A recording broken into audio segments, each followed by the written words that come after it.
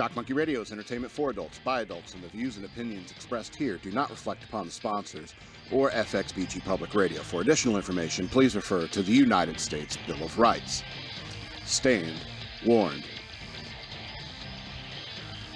The next time you play, the next time you land on that property, you are going to do this. You are going to sing this song. You're going to go, where was I, Boardwalk? All right. Oh, I rolled a 6. All right, 1, 2, 3, 4, 5, 6. Give me that $200. Wait. Take a look. It's in a book. It's Reading Railroad. Keep the money in the bank. Just give me the property. You know you're going to do it. Unless you're one of those people who's like, hey, it's actually Reading Railroad, like Reading, Pennsylvania. It's like, quit being a smartass. You're ruining the fun. You're ruining the fun of my Reading Railroad. And every time you land on it, I'll take $5 off the rent if you sing the song. And you're railroading my reading joke. EK says. Welcome to Shock Monkey Radio. I'm your host, the Madman. We got EK on the ones and twos over there. All right, you got me on social media. Where is it? Over here? Over here. You can follow me on social media over there. I want to remind you that I have Patreon. Go to patreon.com/shockmonkeyradio. Become a patron today. I would appreciate that very much. I also have hashtag shockmonkeyradio. If you want to send me money through Cash App, I would appreciate that as well. If you may have noticed, there was no clip this week. There's no video clips I made this week. Also, I wasn't able to upload the video to BitChute because I'm having problems with YouTube. So. With this Unix system. So I want to remind you again that I have a Patreon. Go to patreon.com/shockmonkeyradio. Become a patron today because I'm playing. I don't have any video games. I don't know how to put this to you. I don't have any video games. And so all I have is this old Sega Genesis emulator. All right. And some of you people are out there is like, enough with the Monopoly jokes. We get it. But you know what? All I have is a Sega Genesis emulator. All right, and that Sega Genesis emulator has limited games, and not a whole lot of them have replay value past 1999. Okay, I play Uncharted Waters, I play Gemfire, I play the Shining Force 1 and 2, and I play Monopoly. I play Risk. Why are you not doing classic video game reviews? Why am I not doing? Because I have too many Monopoly jokes I need to get out of my system, apparently. So those of you out there who are like, enough with talking about Monopoly, and it's like, screw you, become a patron, and then you can have some sort of say over what I talk about on my show.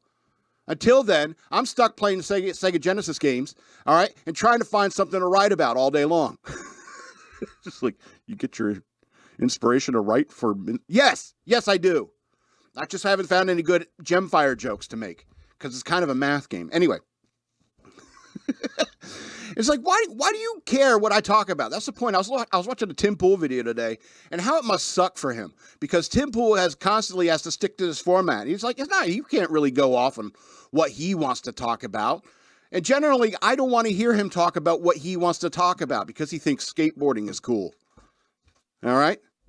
And generally, I don't like it when he talks about anything other than the news. He is awful at metaphors, if you ever noticed. If he ever tries to make an analogy or a metaphor, he is awful at them. Anyway, but he has to stick to his format in order to keep his success. I'm lucky, I don't have anybody like telling me I have to stick to a certain format in order to remain successful.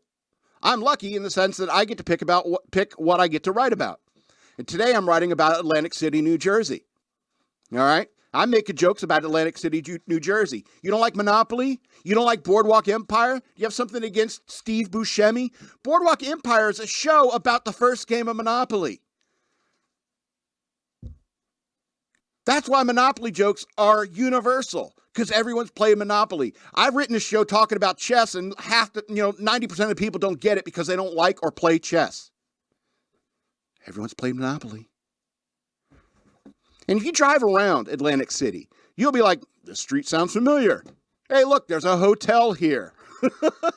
Look, free parking. Isn't that convenient?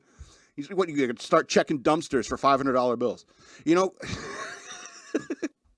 How do you not like Monopoly or Monopoly jokes? I can keep writing about it.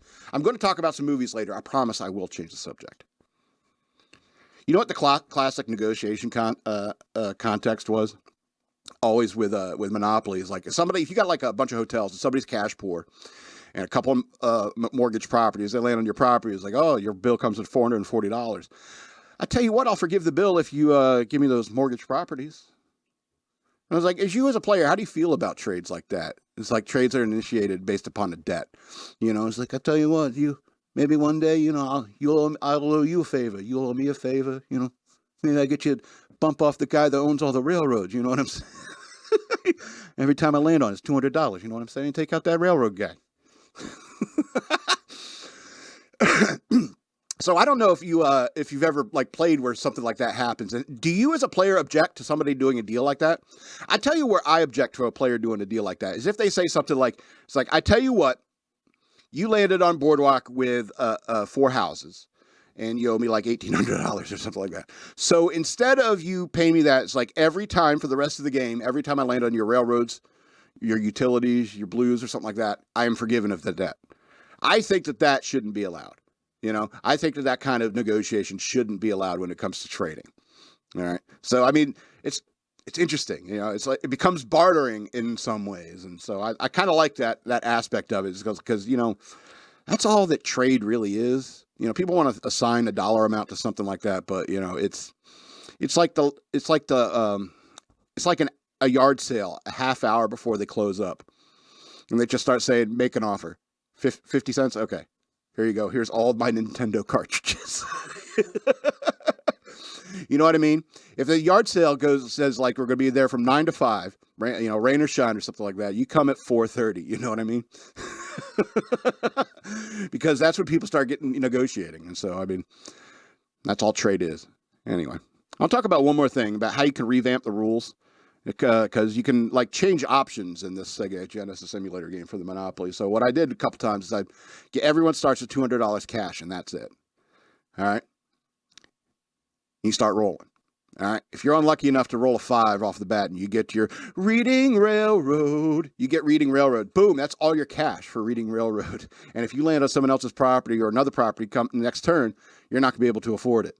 And you'd have to mortgage your railroad in order to have some cash. All right. Additionally, like the lower properties and stuff like that, yeah, you may be able to buy a couple at first, but soon you're going to be out of cash. And so by the time people are reaching the free parking area, everyone's broke. And I don't know if you know about the rules of Monopoly, but if you land on a property and you can't afford it or you don't want to buy it for whatever reason, it goes to auction. That's what should happen in the rules. And the auction goes, I think it starts at this bidding starts at the rent. And then it goes up from there on for one house, 2 houses. And so you can have a realistic game where people are sitting there like, I can't afford Boardwalk. It goes to auction. First bid, $50. It's like $51. I don't have $52. Ugh. And somebody gets Boardwalk for $51. So it really kind of makes the game tighter. You have to be more fiscally responsible in many ways. Plus those chance cards and those community chest cards, they can make or break people. You get a sale of stock, $45. Whoo! I'd get 3 or 4 properties out of $45 with these crazy auctions that are happening every single turn. Now granted, I know a lot of people are going to get kicked out early. There's a lot of players that's going to get knocked off pretty early, depending upon how many players you have. When I play with 8 players. I always max out, so I get the odds. You're playing post-apocalyptic Monopoly. Post-apocalyptic Monopoly, I guess. I guess we can make our own board. Everyone's got their own version of Monopoly. If every property's in foreclosure and going up for the price of rent. I know. Everything's foreclosed, yeah. I think you just invented COVIDopoly. COVIDopoly. What I'm saying, it's a lot more fun when you have that kind of game going, especially when you get that, advance to go and you're like, oh, yes, oh, $200 for pass and go. It's so exciting, and plus by the time any houses go up on the board, the game's almost over. It's almost over because if somebody gets 2 railroads, they're deadly. They're deadly on the board. If they can get 2 railroads and maintain them, and every time you land on a railroad, that's $50. You're like, geez, man, ugh. These railroad tycoons are gouging us, man. So it makes everything more intense because when you land on Baltic Avenue and you're like, I don't have $40. Who knows why you don't, but if you land on it, So I guess it goes to auction. First bid, $4. $4. I'll buy it. And you'd have these intense things where people, $11 going once, $11 going twice, $12, $12.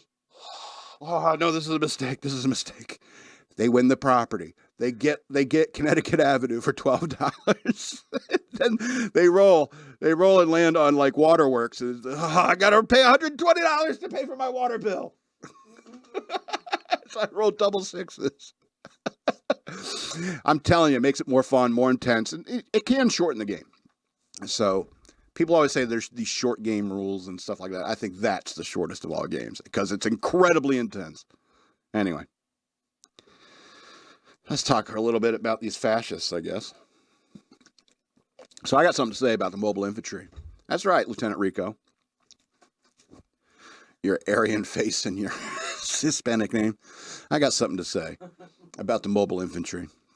Now, EK and I were talking about this movie, Starship Troopers, a little bit before the show, and how there's like this fascist elements to it. And I get it, I see that, and so forth. But there's something I always thought that was really interesting, and that was the difference between a citizen and a civilian.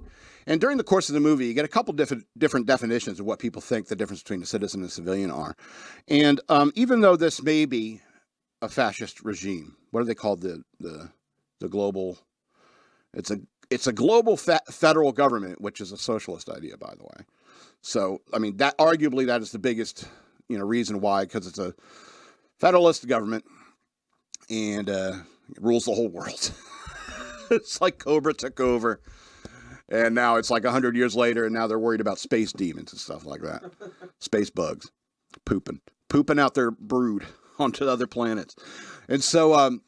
But I like the idea of a citizen and a civilian. And the idea is like simply, you get the idea that like basically citizens can vote and civilians cannot. You get the idea that, citizens are more likely to get a license to breed. That's a little bit fascist right there. They're more likely, citizenship makes you a citizen of the Federation. The Federation, exactly. Makes you a citizen of the Federation. And so, and that comes with certain rights and privileges and perhaps even duties, and I kind of liked that idea because when it comes to the polls, when it comes to people voting in this country, I would like people to be able to pass a basic civics test, a high school civics test before they even allow you to the polls. I think you should be able to pass that, an English version of that test.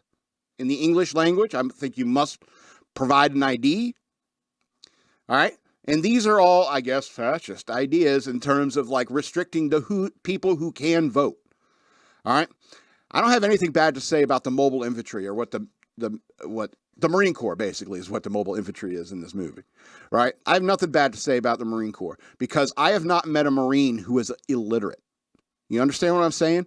It's like, even though they're the Marines, they have to learn how to speak. They need to understand language. They need to learn how to read and write, and they teach you basic things. Like even the Marine Corps and the Navy, they have to honor, courage, and commitment.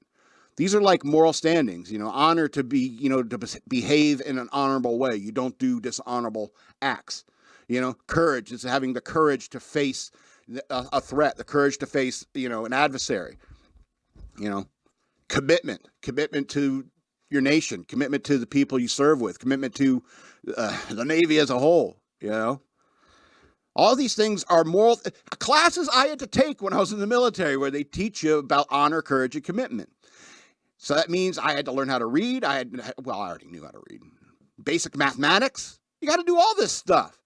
So that means you have a basic education. Plus, I know you could be cool under pressure. You could probably take a joke if you've served in the military. All right, you probably have a well-developed sense of humor because it creates this world where you're not supposed to laugh at very certain times, but then there are these times where you're allowed to laugh. And so your sense of humor becomes very disciplined in many ways. And so a lot of people who serve in the military are just better quality people, higher trained people, I suppose. I'm not saying that civilians can't be good people. But what I'm saying is that because I served in the military, I feel like I have leaps of bounds in terms of ability than people who have not joined the military. it comes down to a workplace and so forth. It's like you get a job or something like that. It's like immediately if you're ex-military, you're trying to do something. And people who just go to college or something like that, they're like just, nobody told me what I should be doing. In the military, if you're sitting around not doing something, you'll get yelled at. It's like, as long as you're doing something, something productive. And that's kind of the point, is that, you become a productive member of society where you feel the burden that, of maintaining the human race. And that's the point of the citizen versus the civilian when it comes to the mobile infantry. And yeah, you can say there are fascist elements. Oh, they're experimenting on psychic people, which, I think a lot of governments did. Developing psychic powers and so forth. So I was thinking, maybe if we had a citizen/civilian kind of thing in the United States, it would be something that I would think would for example, a civilian will not be allowed to own a firearm. Ooh, sounds fascist, doesn't it? Sounds fascist. You're right. It probably is a little fascist. Or maybe citizens are required. Instead of that, it says citizens are required to open carry. And I know there's a lot of utility when it comes to concealed carry and all that. It's like people don't panic and stuff like that. But whenever I'm in a store, because I live in Virginia, whenever I'm in a store and I see a guy with a pistol on his hip, it's like, boy, I feel safe. I feel safer. Because a guy who walks into a store with a pistol on his hip isn't there to rob the place. The guy who's going to come in and rob the place has a hidden pistol, whether or not he has a concealed carry permit. You know what I mean? You don't have to have a permit to conceal a weapon. It's just, you should have a permit if you are concealing a weapon. Anyway, I don't know. I was just thinking about Starship Troopers because it's a great movie, right? Really great movie. I also like the progression of the rank. You come in as private and work your way up. You don't, I think it was the pilots immediately became officers. Carmen went to fleet and became a pilot, and so because she had the pilot training, she became an officer. And that was also time of war. It was a time of war. I understand that, and the U.S. did that. Yeah, it's like you fly a crop duster. Yeah, all right, you're now Lieutenant Smith. With a P-51 Mustang. Rank, yeah. Increase in rank is accelerated in times of war. Exactly. And so I kind of understand that, but I mean, I particularly like that the mobile infantry worked, where you have to work up the ranks. And I also liked Doogie Howser. He got sent to the games in theory and so forth, and learned how to be a psychic. And so that made him like a general, almost immediately. So I don't know how good it is. Anyway, let's talk about a couple movies. I mean, if you're a psychic and you can influence people's thoughts, hey, you want to promote me to general now? Yeah. You want to promote me to general. I should promote you to general. That's a great idea I just had. Anyway, let's talk about a couple movies I watched this weekend because I watched it. I'm going to make you suffer too. So I watched this 1977 movie called Jabberwocky. Now, it has all the elements that you'd think I would like about a movie. And here it is. Let me just read you the thing on Wikipedia about it. Jabberwocky, 1977 British fantasy comedy film. Co-written and directed by Terry Gilliam. Jabberwocky stars Michael Palin as Dennis, a Cooper's apprentice, who is forced through a clumsy, often slapstick misfortunes to hunt the terrible dragon after the death of his father.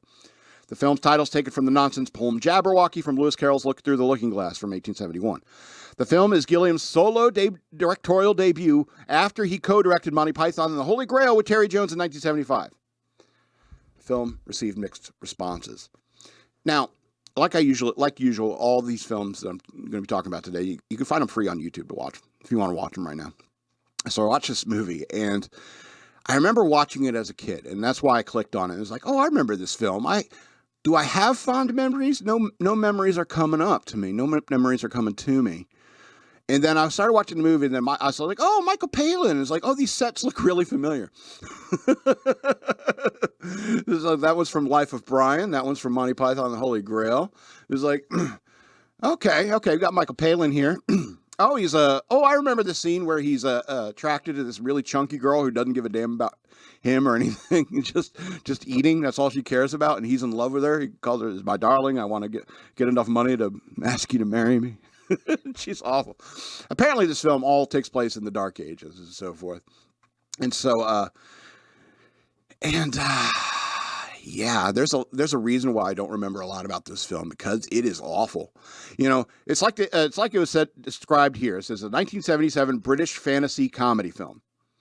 All right, nobody's ever blended the two very well. I can't think of any other fantasy comedy. You know, blanking fantasy comedy. Comedy? Yeah. Men in Tights? Men in Tights? Nah. But I mean, so it's not really a oft-breached genre. Like it's basically trying to be a Monty Python movie, but it's half serious. And that's the problem with this movie, is that it's half serious. And and when you look at this friggin' dragon, the Jabberwocky, when you look at it, you're just like, how can you take this seriously? You know, plus you have a ton of like B tier jokes all throughout it. And you get like, it's like, you kind of start to get the feeling, in this series of scenes, I feel like it's a Monty Python movie, and I'm starting to enjoy it in that way. And then all of a sudden it gets serious again. And you're like, okay, what are you doing?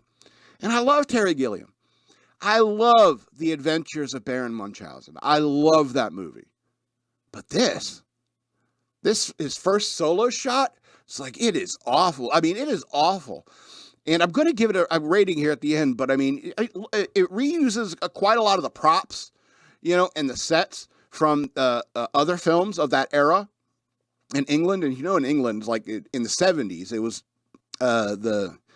their movie making market really started churning out, you know, some stuff. It really started moving. And so, but they still had limited sets and costumes and stuff like that. It's England. It's a small island when you really think of it. And so it's funny. It must be weird to live in England because because in the United States, if you meet another American, they're like, "Oh, I'm from St. Louis." It's like, "Oh, I've never been to St. Louis. Is that nice?" But in England, you're like, "Oh, I'm from Liverpool." And it's like, "Oh, I've been to Liverpool." Everyone's been to your town. It's like, "Oh, I got rear-ended in Liverpool." My mom's cousin moved to Liverpool and got caught for murder in Liverpool.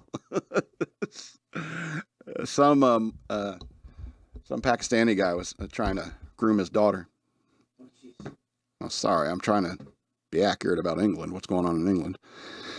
Anyway, so Jabberwocky, 2 of 13 stars. It's awful. And the only reason I'm covering it is because throughout the entire movie, the reason why I kept watching it, and I was just like, what am I watching? Why am I watching? So I suffered. Now you have to suffer.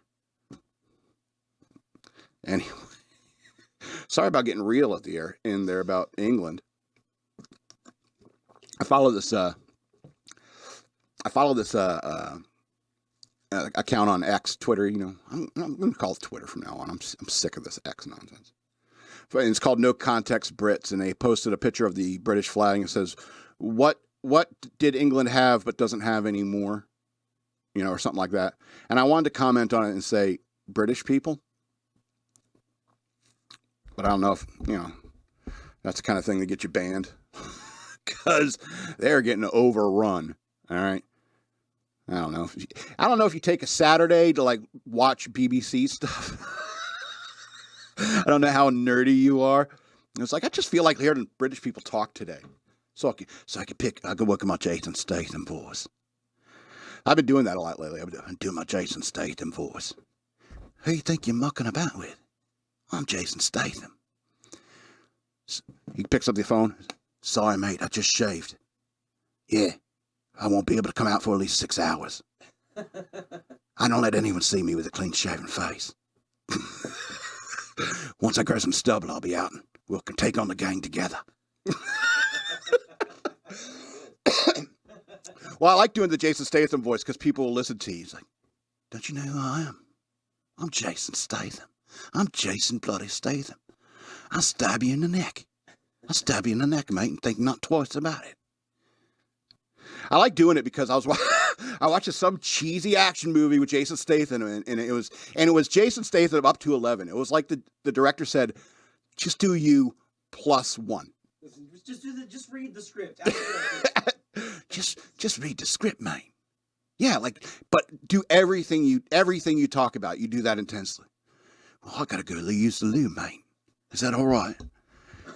Once we're done here, once we're done filming, I'm gonna take my daughter over to McDonald's. She wants to get one of them new Happy Meal toys with the Minions. She loves those Minions. Because I'm Jason Statham. I'm gonna buy my daughter a Minion toy. All right. I know, it's a way to have a lot of fun. At least that's the way I have fun. Just like, because you could be passing somebody like on the side of the street and they bump into you and they're like, "Oh, sorry." It's like, "You're lucky. You're lucky. I'm not Jason Statham." And people will look twice at you. If I were Jason Statham, it'd be a different story, mate. You mucked around with the wrong bloody guy. I'm sorry. It's very hot. I'm losing electrolytes. All right. Let's talk about the second G.I. Joe movie. 2013 film, G.I. Joe Retaliation. Ooh, awesome picture. Awesome picture. Now, I don't know about you, but I'm a kid who grew up in the 70s and 80s and playing with G.I. Joes. And Cobra Commander, I didn't have regular Cobra Commander, but I was able to save enough like the UPC things where you could send in for the hooded Cobra Commander. And that was awesome because he had a little gun that you could plug into his back so you never lose it. But it was a hooded Cobra Commander, which was a unique piece and so forth. Like every kid, I had Storm Shadow. I didn't have Snake Eyes. I don't know why. I think my mom said it was like demonic looking. She was like, I said I wanted Snake Eyes and Storm Shadow. And so I just got Storm Shadow. And she says, that one looks evil. And I was like, but he's the good guy. He's the good guy. Quote unquote. You know, he's a good guy. And so, I love the G.I. Joes, and I was really excited when those movies came out. When the first one came out, I was like, oh boy, G.I. Joe movie. Can't wait to see it. Boy, was I disappointed. Holy cow, I didn't like that movie. I didn't like Joseph Gordon-Levitt as Cobra Commander. I certainly didn't like Marlon Wayans. I thought that was strange casting. Marlon Wayans is an excellent comedy actor, but you can't take a comedy actor and put them into a semi-serious movie and expect him to be the comic relief, because he wasn't. And I think a lot of it has to do with the way Marlon Wayans, he does the screaming kind of thing. And I don't like that.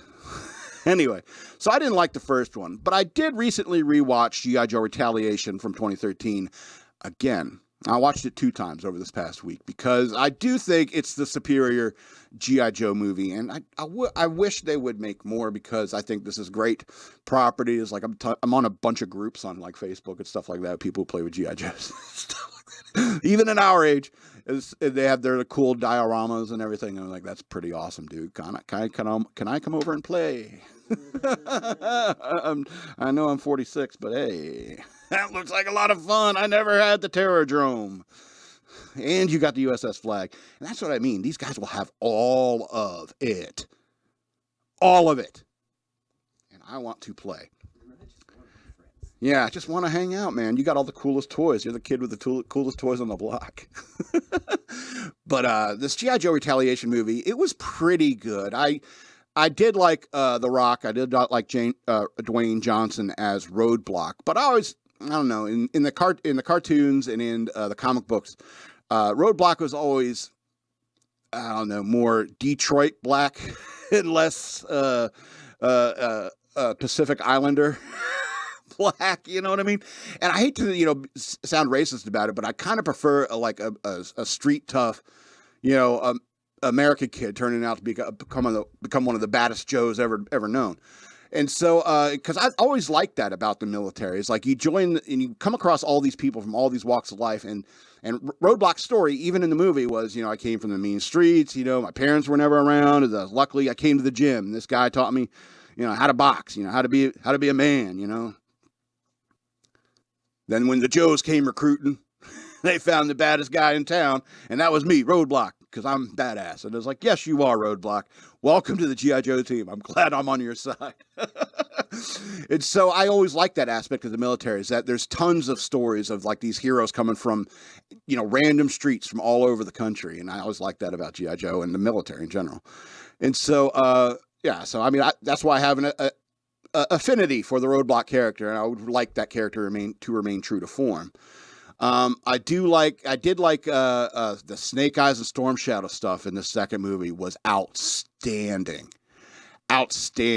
When Storm Shadow breaks into the detention facility where Cobra Commander and Destro were being held, disguised as Snake Eyes, and breaks out by using his ninja skills. A lot of ninja stuff in this one, and I'm okay with that because it was always a ninjas and super spies game. It was never like really super heroic things, and they did like super heroic things in the first movie, and I didn't like that. They had those bodysuits, mech suits, like Iron Man suits, and I was like, I don't think it fits with the motif. Yeah, it was more G.I. Joe / Transformers crossover. That was later. Yeah. So I mean, it was a superior movie, especially when it came to like Storm Shadow sneaks in, frees Cobra Commander and Zartan, and they get out, and they go back to Zartan, and Storm Shadow gets wounded during the escape, and so he goes to heal in the mountains, and so Snake Eyes and Jinx climb up over all these mountains to sneak into this facility where Storm Shadow is, kidnap him, and escape with him, and it's a whole sequence where and there's Snake Eyes facing down Storm Shadow in the hall. And, Snake Eyes has got his Uzi, and Storm Shadow's got his shuriken, his throwing stars. And so he's throwing the throwing stars, and Snake Eyes is shooting the throwing stars out of here. It's such nerd. Ooh, such an exciting fight. Snake Eyes versus Storm Shadow. It was a great fight, and they captured Storm Shadow. And then it's not over. It's not over. Storm Shadow is beaten. They load him into a bag and start ziplining him across all these mountains in this crazy battle with all these ninjas who are chasing them away from this monastery or wherever they're hanging out at. It's an intense action sequence right after that. And it's incredibly awesome, incredibly badass, and it's probably the reason for all the stars that it's getting in my rating. Now, I didn't like to see Duke go down. I didn't like to see Channing Tatum go down. He went out early in the film, and Duke is an important character. I think he's a longevity character. He should have stayed around, but I think Channing Tatum was like, I'm bigger than this. I'm Magic Mike. You know what I mean? Chicks are writing songs about my abs. I'm bigger than G.I. Joe. And that makes me, dislike Channing Tatum. But then again, I saw him in that movie, This Is the End, and I was like, oh, that was funny. Channing Tate Young. Yeah, Channing Tate Young. It's G.I. Joe, and he loves me.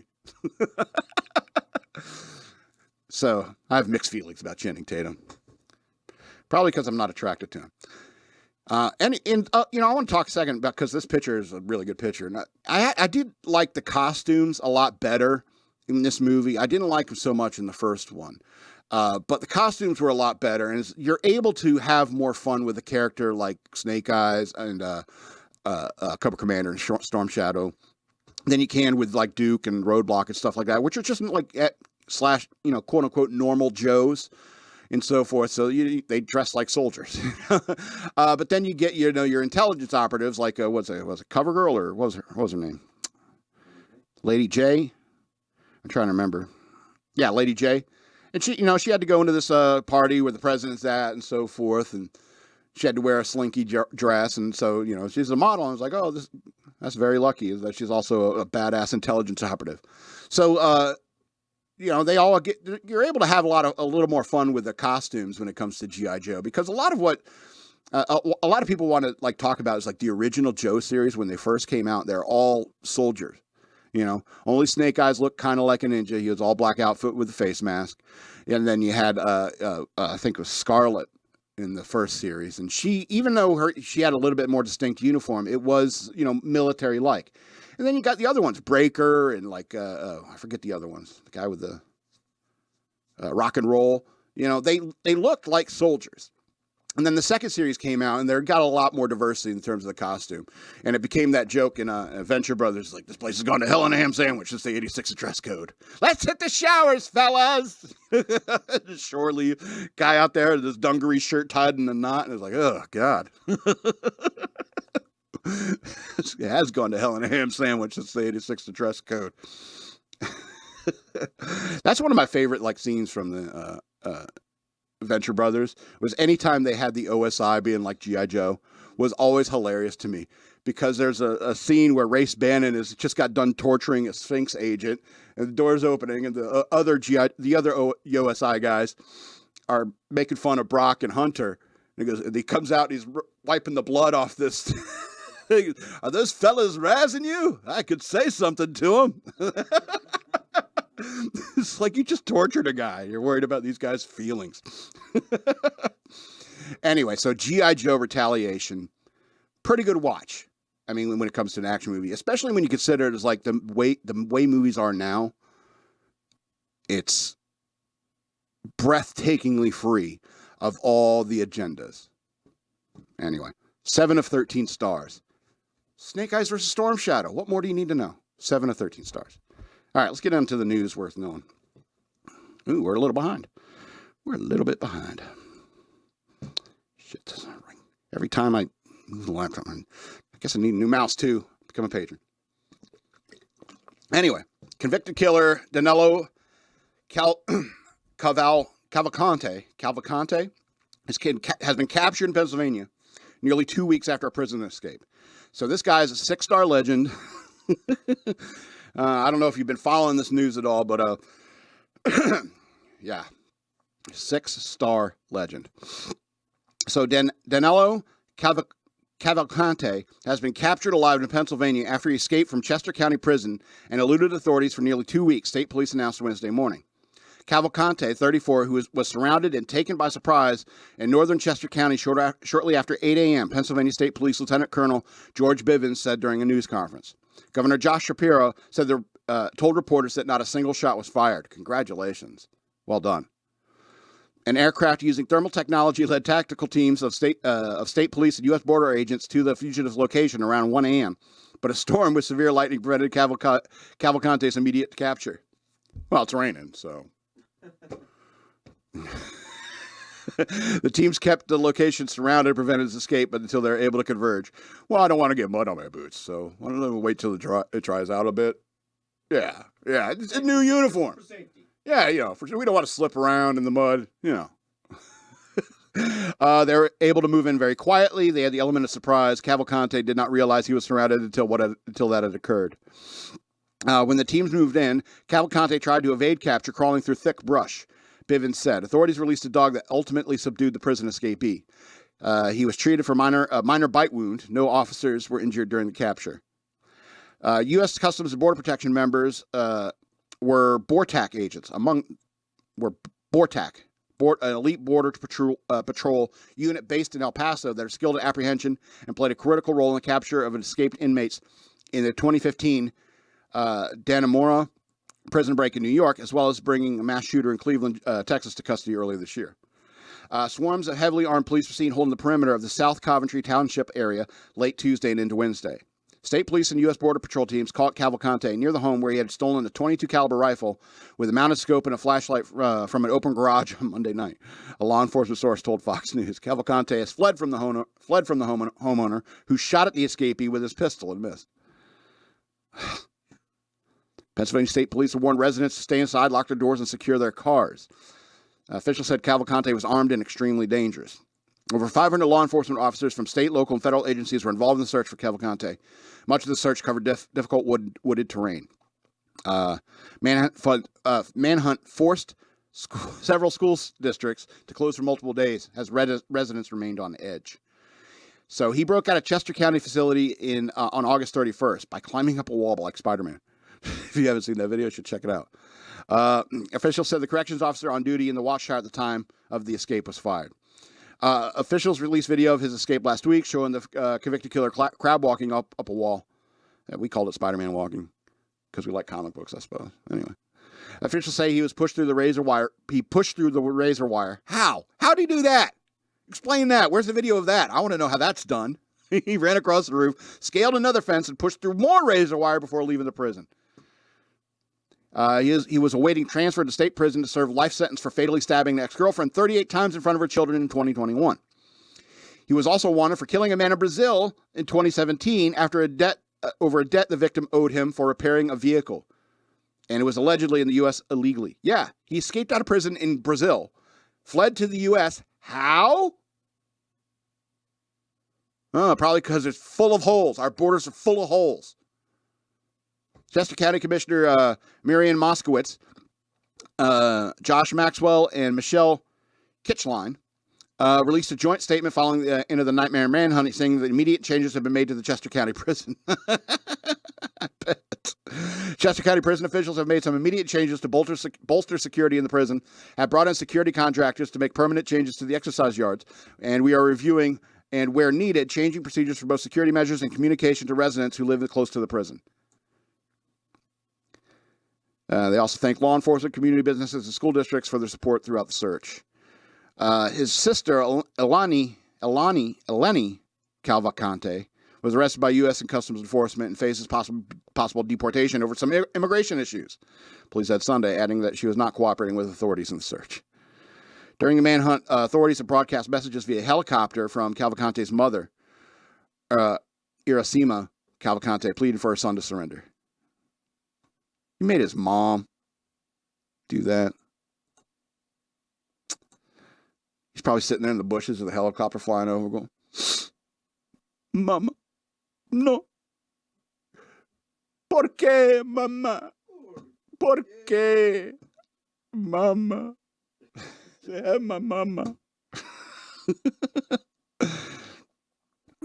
Anyway, they got him. So I've been following, there's dangerous people in this world, you know what I mean? You got to be serious about getting them. All right, let's go to the next door. Tuberville says House GOP must not waste time with Biden impeachment. Georgia impeachment. All right, so this is a Fox News article, by the way. It's the first article I found regarding the impeachment. You know, it's like, as you know, it's like, I'm going to summarize because we're eating up a lot of time. Kevin McCarthy announced on Tuesday that they're going to start doing impeachment proceedings. And now you got a couple of, like this Tommy Tuberville guy, like establishment people. It's like, oh, hurry up. You know, it's like, no, we're going to do this and we're going to do this right. We're not going to play it fast and loose like the Democrats did when it came to Trump. All right. So you got this impeachment proceedings is starting up when it comes to dealing with Biden. And I think it cannot be more obvious how guilty he is. I mean, all the information that we have, all these news articles, you even got like liberal news sources reporting on the fact that, you know, Biden had multiple different accounts of different names that he would use as business associates and liaison with other players in his network of money bribery schemes, basically. So they got all this starting to spin up, and now you got a couple of, establishment types saying it's like, oh, you know, make it snappy, you know, hurry it up. You know, it's like, no, if you're going to do it right. You know, show the Democrats that you can't play fast and loose with the rules, you know. And people want to say it's like tit for tat. And it's like, well, you know, you started playing this game, all right? You can argue is like that, you know, the impeachment attempts at George W. Bush were frivolous. Weren't there impeachment attempts against Obama? You can say they were frivolous, and the ones against Trump are frivolous. And you know what? After all these years, you finally got somebody with a real a big trail of corruption leading to him, and you're like, and the left and the are just like, oh, we don't really see anything. I don't get it. You know, it's like there's tons of evidence when it comes to Trump, though. We'll look everywhere. We'll find it. You know, but with this, they're like, oh, I don't see it. Oh, I don't know. So, I hope it works out. Anyway, let's move on. So this is something that I find interesting. In the wake of Uvalde, recently passed Texas statewide mandate means an armed security officer in every school. So Texas lawmakers quietly passed a sweeping mandate for school safety measures, including a requirement to post an armed security officer at every school and provide mental health training for certain district employees. Texas House Bill 3, which was signed into law on June 14th by Republican Governor Greg Abbott, went into effect on September 1st. And it comes in the wake of the horrific Uvalde shooting that killed 19 children and 2 teachers at the Robb Elementary School in May of 2022.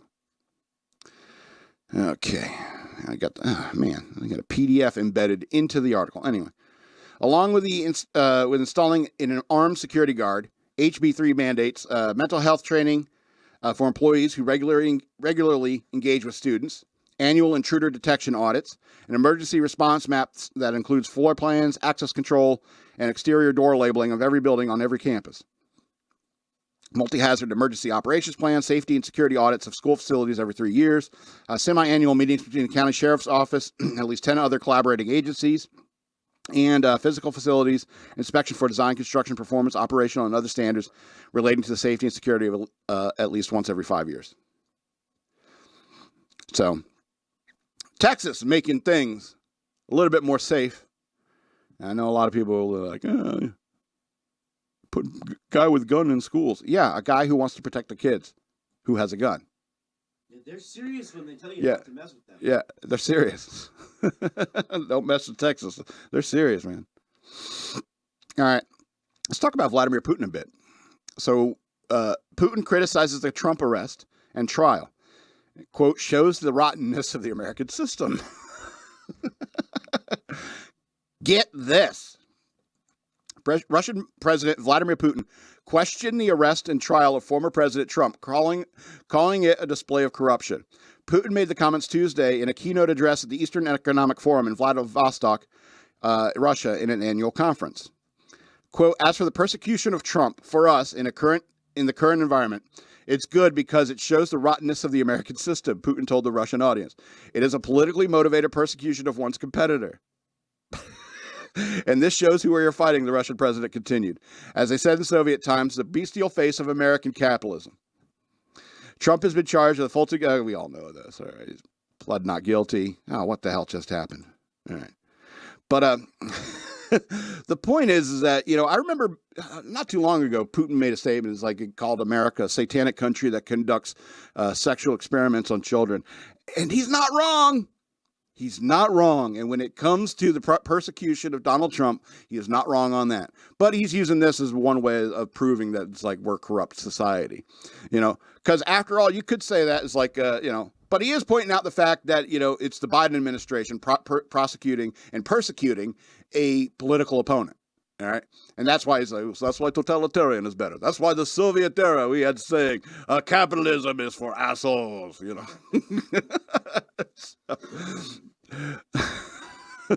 So, I mean, it's funny because you do want to hear what like your enemies think or say about you, because it could be quite revealing in many ways. And so it kind of shows like how obvious what the left is doing is like even some guy in Russia is just watching on news. It's like, they're super corrupt. They are super corrupt, eh? Tell me, pour me some more vodka. Tell me how corrupt they are. That's why we need to fix all this corruption, ladies and gentlemen. That promise that Trump made, drain the swamp. I mean, that really took hold in people's hearts. People wanted to see that happen. Anyway, let's talk about 2 more stories before we're out of here. A little bit, lighten up the mood a little bit. And not that the last story didn't give me a chuckle. But police officer borrows a boy's small bicycle to chase a suspected burglar and races off after the wanted man. Do you think you're in a movie, dude? You think you're the main character of some movie? I'm commandeering your bicycle, kid. You don't have the right, mate. I can call my uncle Jason Statham. You trying to steal this boy's bike? I don't care if you're a police officer. You're lucky I haven't shaved today.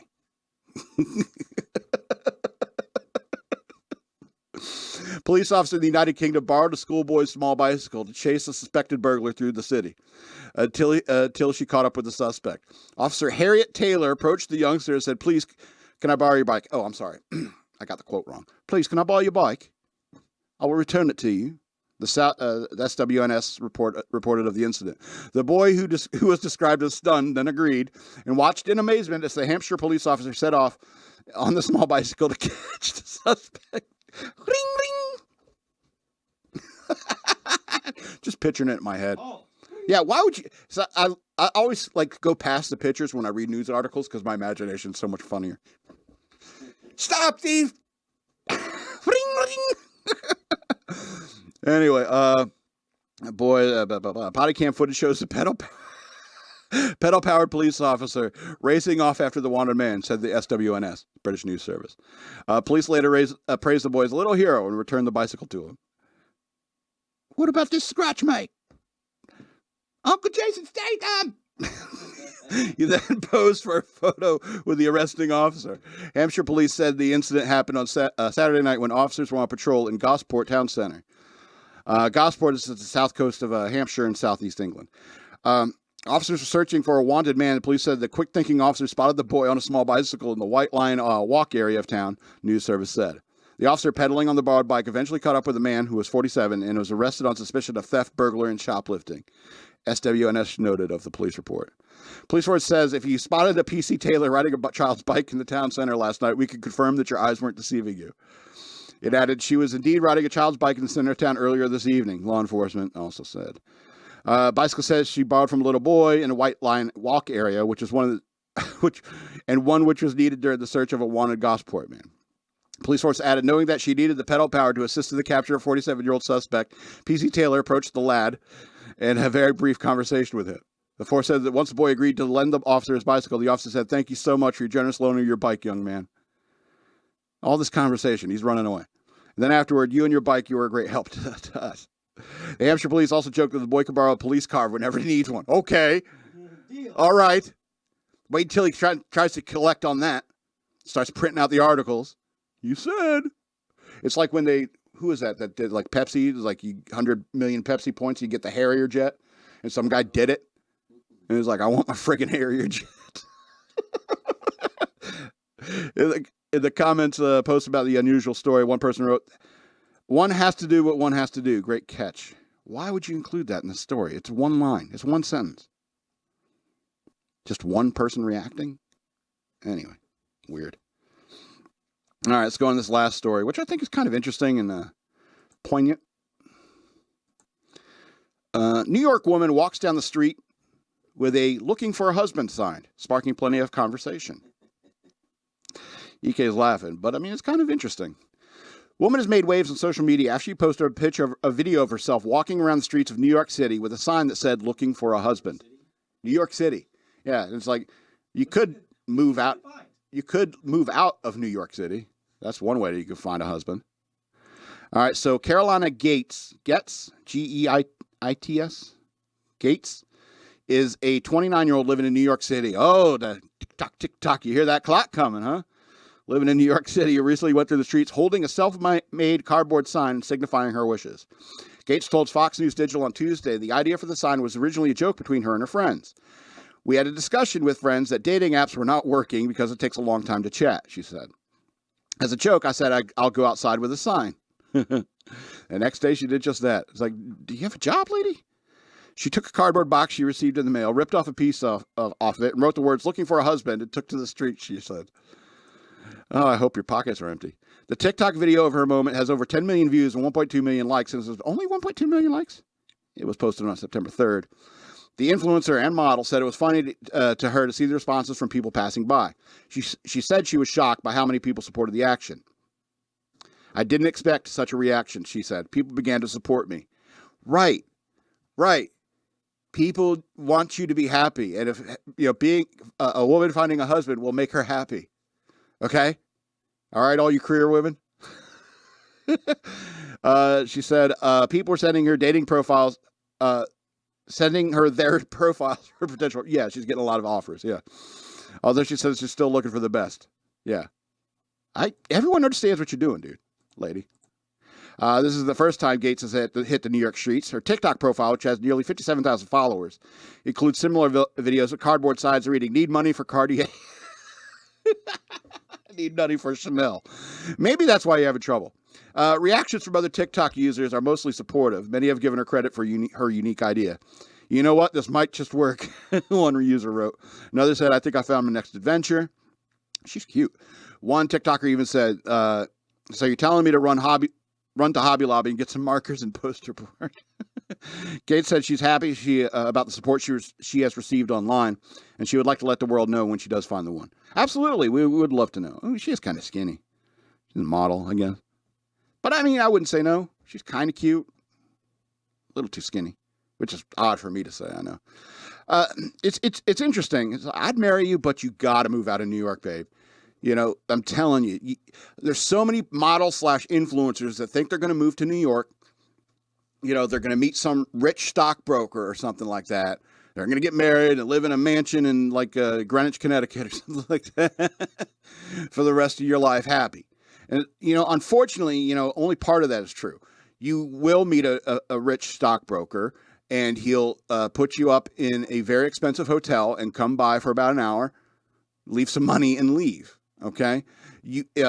Or even if you get into a relationship with a guy like that, you know, he'll say, oh yeah, I'll marry you one day. I'll marry you one day. Then you hit 29 years old and he drops you because there's always an influx of young influencers/models coming to New York that they could pick from.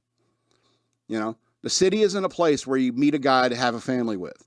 All right. That only happens to people like Jim Gaffigan. All right. You know, it's people don't do that.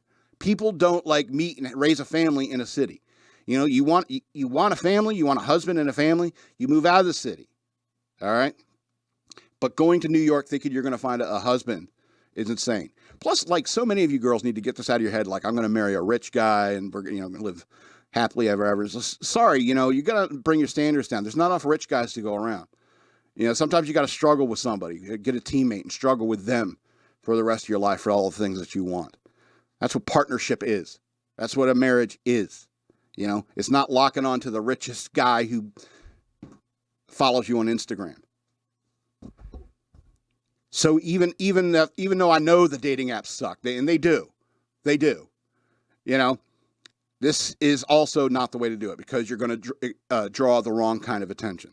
And if you don't already have an OnlyFans, you're probably going to get one pretty soon, aren't you? And I'm telling you, guys don't want to marry someone with an OnlyFans. That's my career, though. Yeah, it's an awful career. It's like sharing you with someone. Don't you understand that it's digital prostitution? Anyway, this is going to be the end of the show. I'm getting hot. It's kind of warm in here. The lights are on. And it's September, and I'm sick of the heat. Anyway, this is going to be the end of the show. I want to remind you again, you can follow me on social media at Denalsa on Twitter, shockmonkeyradio Redux on Facebook, at SLRoberts13 on Instagram. I have the Patreon. Go to patreon.com/shockmonkeyradio. Become a patron today. I also have Cash App, #, shockmonkeyradio, all one word. Send me money that way. I'd appreciate it. I also have books available for digital download. Check for the description below for links to that. Yeah, so this has been Shock Monkey Radio, mate. I'm the Madman, and I'm Jason Statham, and we love you.